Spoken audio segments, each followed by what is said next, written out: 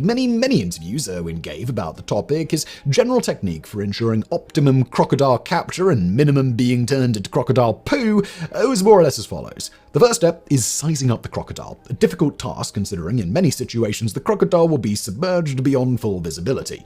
Fortunately for Irwin, there's apparently a fairly simple way to tell how big a crocodile is, shining a torch directly in its eyes, which will result in a telltale glint that a seasoned expert like Irwin could use to roughly gauge the size of the entire animal. We'll just have to take his word on that.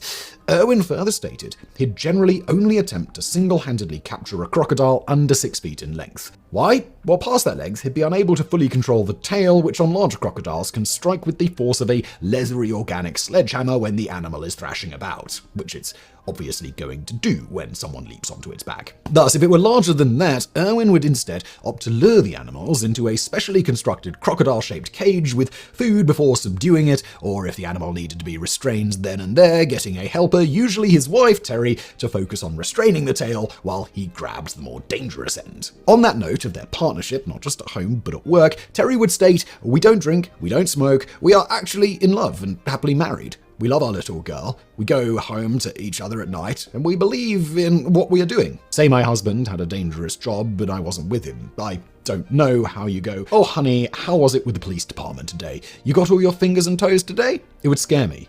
I'd have to become a police officer and work with him.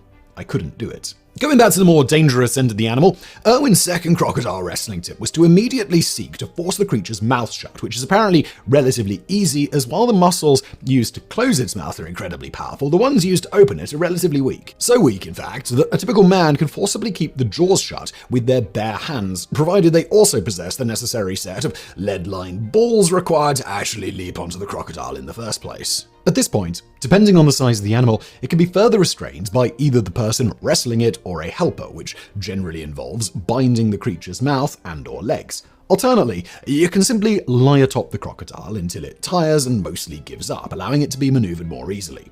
This was a technique Irwin would adopt with particularly large crocodiles, usually employing an entire team to dogpile the creature until it was fatigued enough to be handled without risk of injury to itself or to those trying to help it. As mentioned, Irwin was entirely self-taught when it came to handling crocodiles and other similarly deadly creatures, and many biographies of the man and interviews with those who knew him personally talk about the fact that he had a seeming sixth sense for wildlife honed over a lifetime, which is why he appeared so natural and at ease handling even the most dangerous creatures.